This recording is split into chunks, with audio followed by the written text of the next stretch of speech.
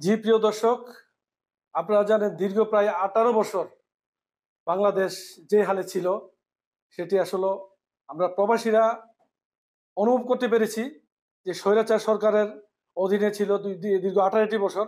এই স্বৈরাচার সরকার অধীন থেকে মুক্ত পেয়েছে গত 5 তারিখে।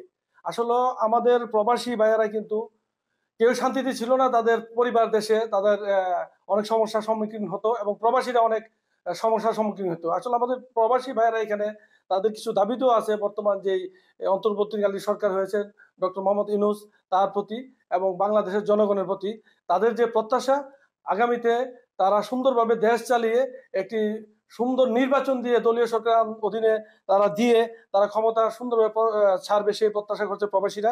আমি এখন সরাসরি চলে যাচ্ছি এখানে বিশিষ্ট ব্যবসায়ী আব্দুল কাদের ভাইয়ের কাছে, তাদের কি প্রত্যাশা প্রবাসীদের পক্ষ থেকে। সালামু আলাইকুম। সালামু আলাইকুম রহমতুল্লাহ বারাকাতুহু।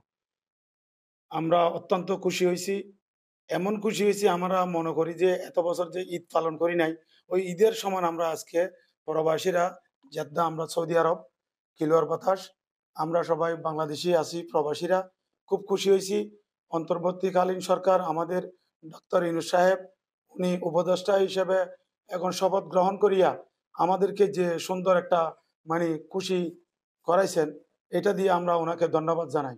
কিন্তু শুধু এটা না, সামনের দিকে আমরা দেখতে চাই আমাদের প্রবাসীদের জন্য কি আছে, কি আশা আকাঙ্ক্ষা, আমরা কি করতে পারি ওনাদের জন্য। ওনার কাছে আমাদের একটা দায়িত্ব। আর একটা কথা হচ্ছে, আমরা আজকে এত বছর বিদেশ করি, আগের সরকার যে ছিল স্বৈরাচার সরকার আমাদেরকে শেষ করে দিছে, আমরা আর কোনো কথা শুনে নাই। ও যেটা বলতো ওটাই করতো, আমরা প্রবাসীরা কিচ্ছু পাই নাই। এই যে যুদ্ধ অপরাধী না, যারা ওই মুক্তিযোদ্ধা আছে, ওনারা যদি 52 বছর যদি ওরা বৃদ্ধ ভাতা পায়, এরপরে কোটা চাই, এরপর ওর ফুন্নাতি খাবে, তো আমরা কি করছি এখানে? আমরা যে এখান থেকে টাকা পাঠাইলে তাইলে আমার বউ বাচ্চারা চলবে। আর আমরা আজকে যে দেশটা স্বাধীন করলো কোনো পার্টিগত হবে না, আমাদের নজওয়ান ছেলেবেলে, আমাদের ছেলেবেলেরা, এরা যদি আজকে দেশ স্বাধীন না করতো তাহলে আমরা আজকে শেষ হয়ে যেতাম। ওরা কেন করছে? অভাবে করছে।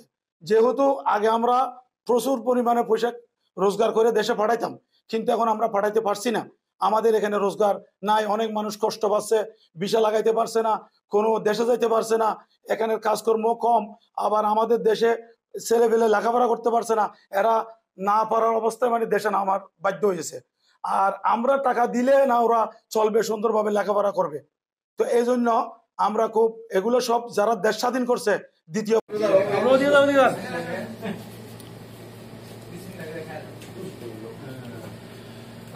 আসলে দেশ নতুন করে স্বাধীন হওয়াতে মিষ্টি বিতরণের কর্মসূচি চলতেছে, মিষ্টি খাওয়া দাওয়া চলতেছে, আপনারা দেখতে পাচ্ছেন। এটা কিলোয়ার বাতাস প্রবাসী ব্যবসায়ী বিএনপি সব স্তরের লোকজন এখানে সবাই এখানে উপস্থিত আছেন।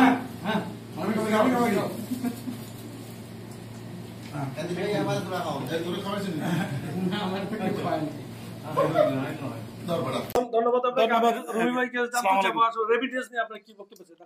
বিসমিল্লাহির রহমানির রহিম।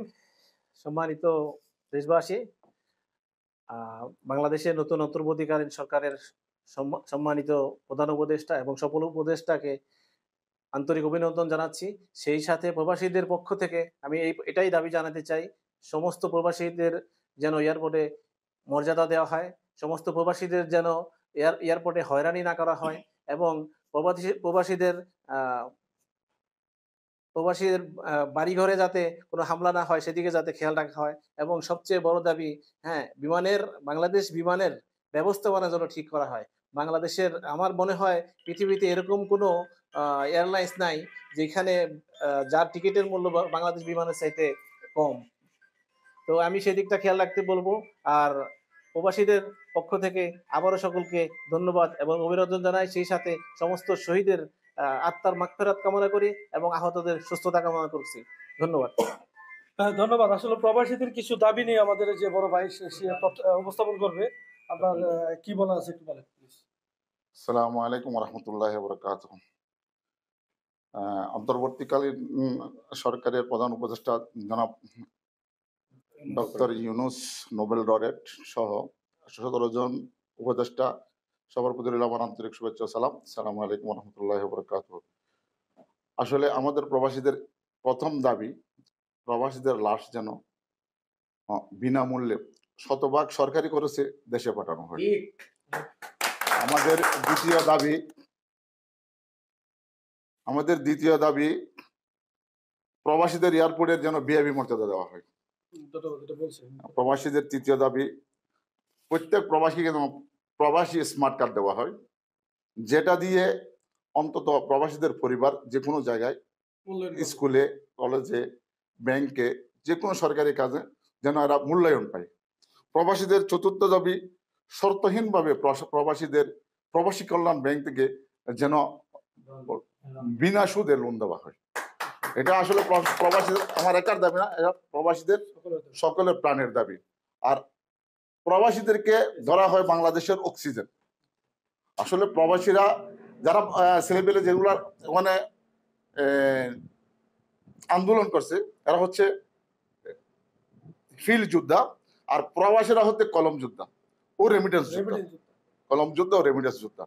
আসলে সকল প্রবাসীদের পক্ষ থেকে কিলোয়ার বাতাস প্রবাসীদের পক্ষ থেকে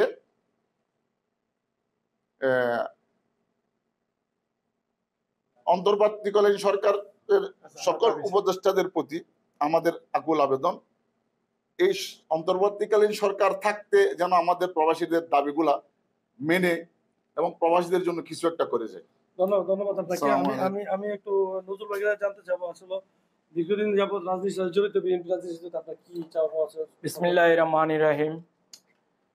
আজকে প্রবাসের পক্ষ থেকে আর বাতাস সংগঠিত, আজকে সবাই আমরা একসাথে হয়েছি।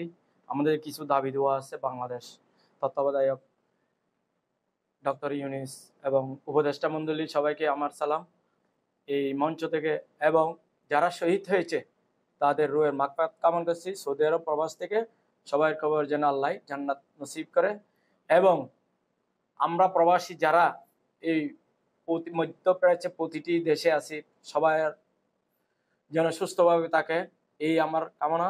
প্লাস আমি কিছু কথা বলতে চাই, আমাদের যেই মধ্যপ্রাচ্যের মধ্যে মক্কা, সৌদি আরব, দুবাই, ওমান, বিভিন্ন জায়গায় আমাদের কনসুলেট আছে।